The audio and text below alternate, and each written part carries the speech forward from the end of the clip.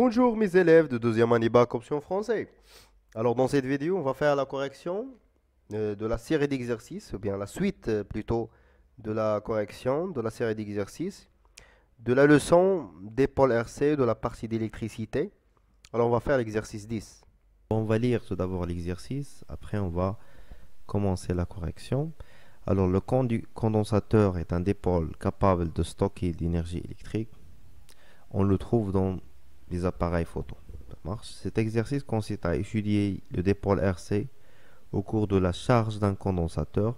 On réalise de la figure 1 formée de le montage de la figure 1 formée de un générateur, un conducteur ohmique de résistance petit r est égal à 20 ohms et un autre conducteur ohmique de résistance grand R. Et un condensateur de capacité C0 plus un interrupteur K. À l'instant t est égal à 0. On ferme le circuit électrique à un courant d'intensité et variable en fonction du temps circule. C'est le figure 2 qui montre la courbe de variation de l'intensité de courant en fonction du temps. Alors, la première question, c'est représenté sur la figure A dans la convention réceptrice, c'est-à-dire récepteur, la tension UR au borne de la résistance grand R et la tension UC au borne du condensateur. On a fait de la question نرسمو tension UR غير au borne de la résistance grand R, au borne de la résistance petit r et au borne du condensateur. Ça marche. La deuxième question, montrer sur la figure 1 comment relier l'oscilloscope pour visualiser UR. Troisième question, démontrer l'équation ou déterminer l'équation différentielle vérifiée par la charge du condensateur Q de T. Quatrième question, la solution de l'équation différentielle est de forme Q est égal à A facteur de 1 moins exponentielle moins mt. On veut déterminer deux constantes, la constante A de cette équation et aussi petit m. Cinquième question, montrer que l'expression de l'intensité s'écrit sous cette forme. Et on détermine la constante du temps en fonction de petit r, grand R et 16 r. Ça marche. Et la dernière question, à l'aide du graphe, c'est-à-dire celui-là, qui est la figure 2, déterminer R, grand R et 16 r. Ça marche? Allez-y. La première question, c'est représenter les deux tensions UR et UIC. Alors, puisque la force élémentaire, on a le générateur qui va générer le courant, celui-là dans ce sens-là.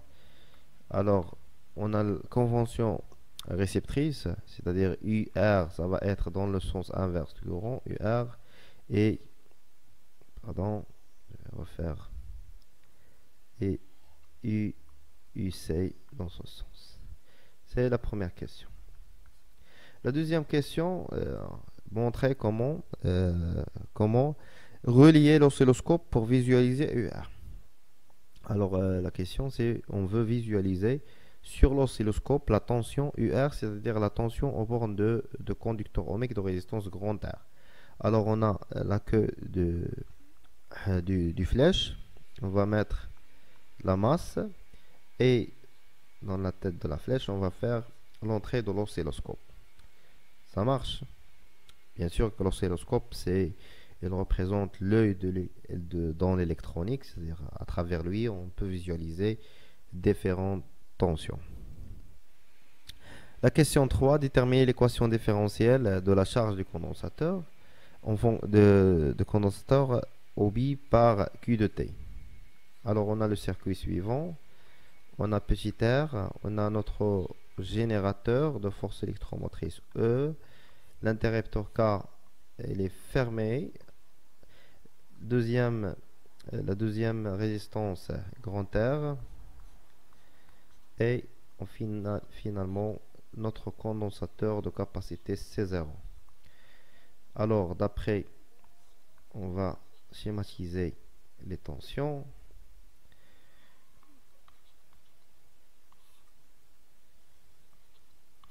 UC Alors, troisième question.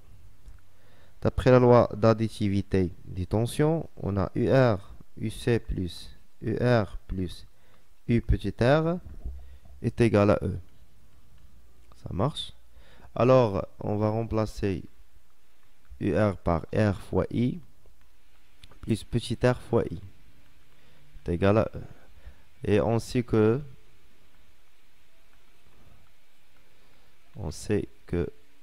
I est égal à dQ sur dt et Q est égal à C fois UC.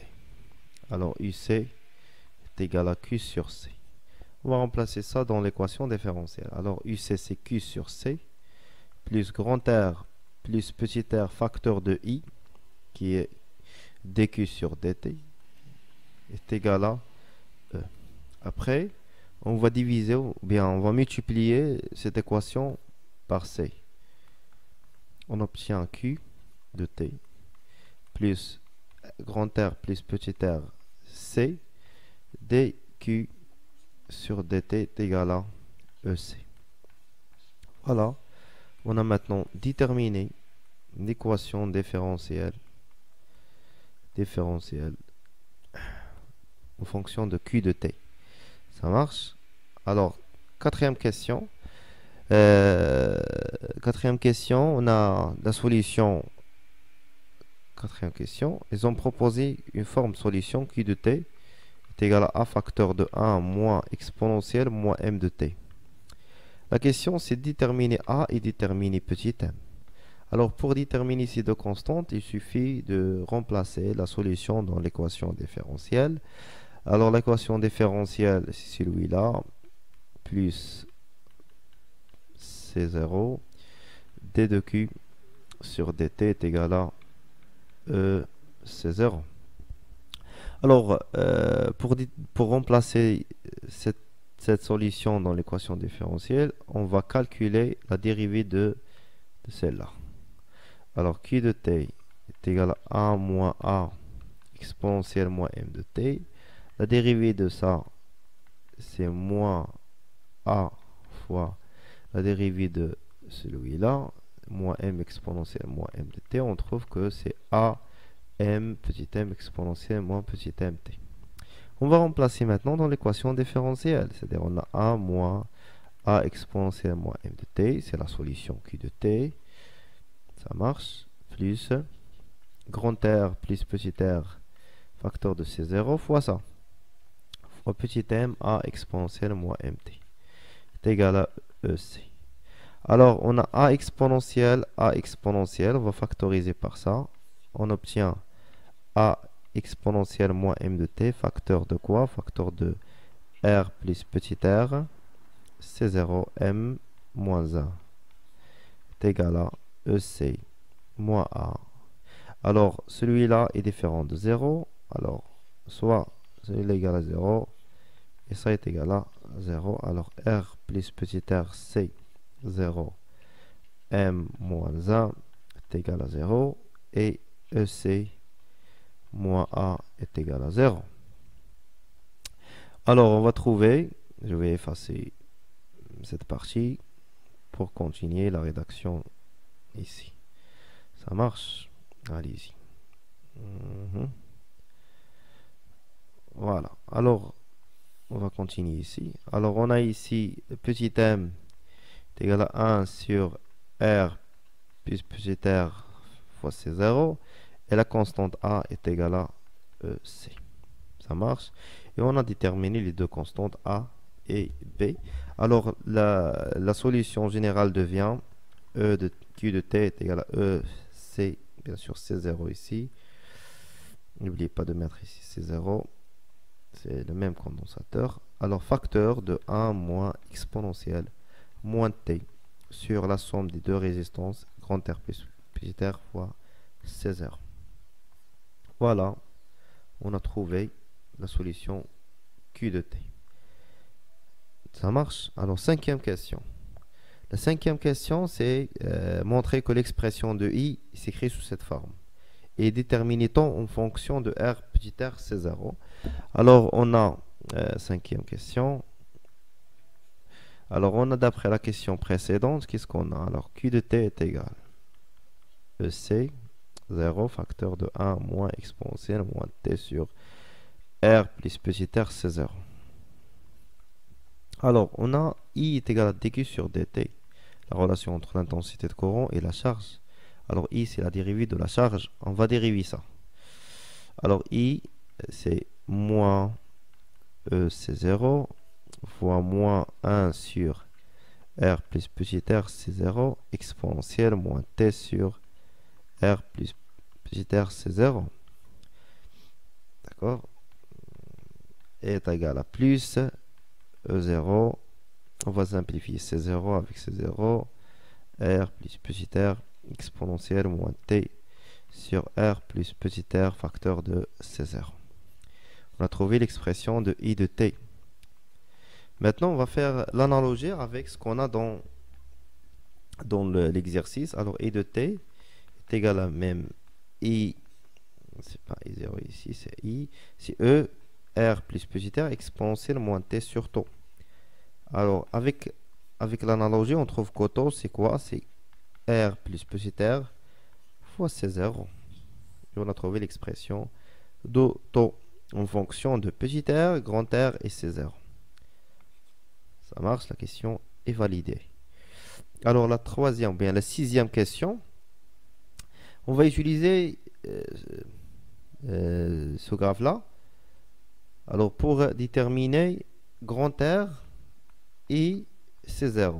Alors, on a I de T. Et l'équation de celui-là, de l'équation qu'on a trouvée précédemment, c'est E sur R plus petit r, exponentielle moins T sur taux. Alors, d'après le graphe, on peut déterminer taux. C'est ici, c'est 10, 12, 14. Alors, taux est égal à 14 millisecondes.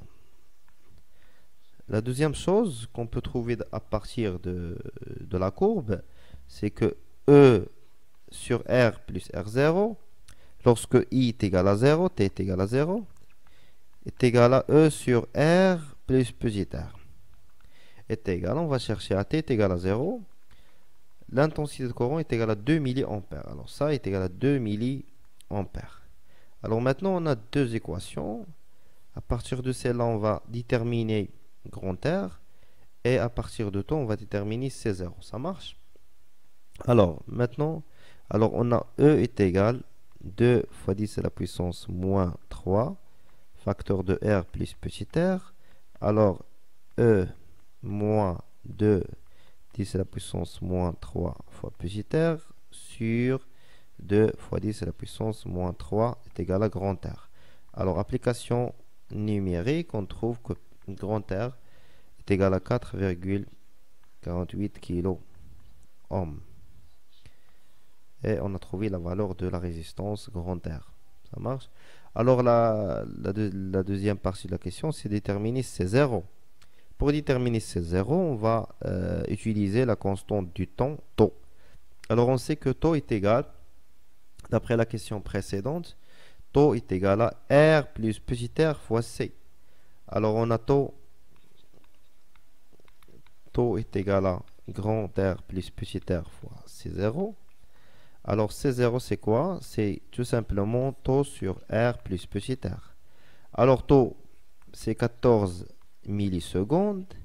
Et petit r est égal à 20 ohms. Et grand R est égal à 4,48 kilo ohms.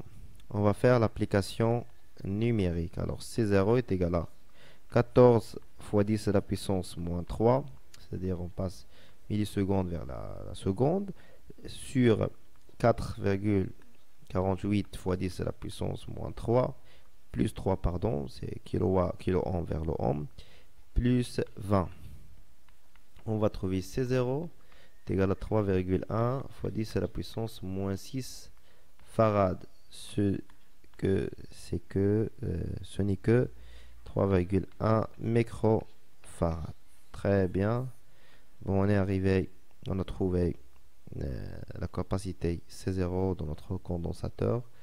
Alors, on est arrivé à la fin de l'exercice. N'oubliez pas de partager la vidéo et abonnez-vous aussi avec un